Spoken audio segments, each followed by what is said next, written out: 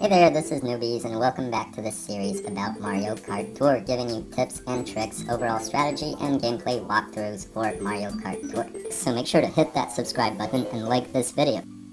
Now, I want to go over the general strategy I'm applying to each tour in order to give myself the best chance to reach the global rankings.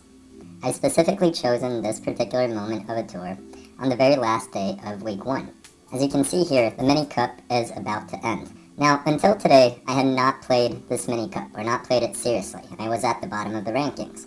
The rationale for that is easy to understand. Because in the mini cups you're pitted against other supposedly real human opponents, you get the advantage of surprise by waiting till the very last day to rise in the scores, instead of being an easy mark. And indeed, that advantage does bring significant rewards, because the placement gifts you can get through the mini cups amount to nearly half of the rewards you'll get on a given tour that lasts 2 weeks when playing free-to-play. Now, up till now, I've barely played the different cups.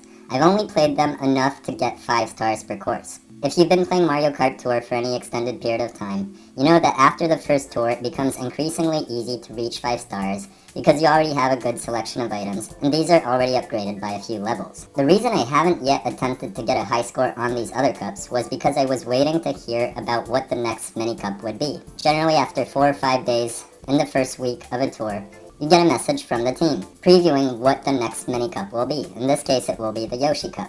Now, the reason I did not want to initially play these cups, and I have no way of knowing if it's true, but at least it happened during the very first tour, the New York tour. I don't know if these human players are randomly selected, or partly based on how high a score you have on a particular cup. So I don't want to be playing these cups too early, and then end up being assigned with very high score players, which will make it harder to reach the number 1 rank, and reap the maximum number of rewards.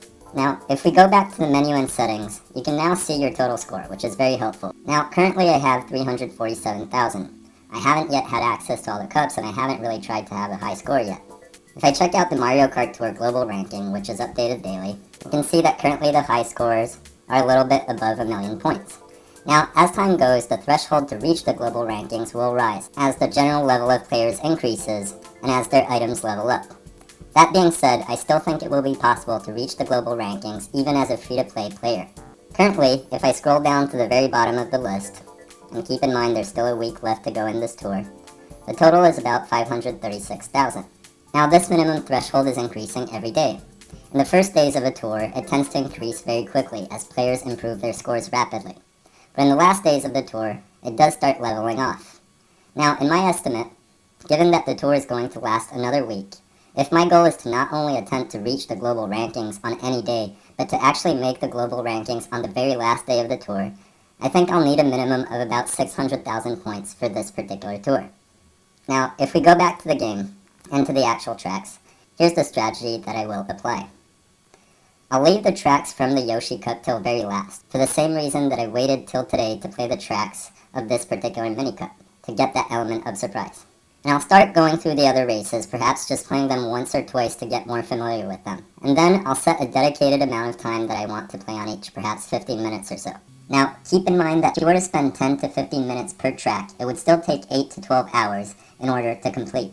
In the next videos, I'll be going over more advanced concepts on how to optimize your strategy and gameplay to get more points efficiently and hopefully make it to the global ranking. So that does it. If you'd like to learn all about the general strategy and tips for Mario Kart Tour, make sure you check out the full gameplay and strategy guide. And if you like this type of video and would like to see more, please leave a comment and hit that subscribe button.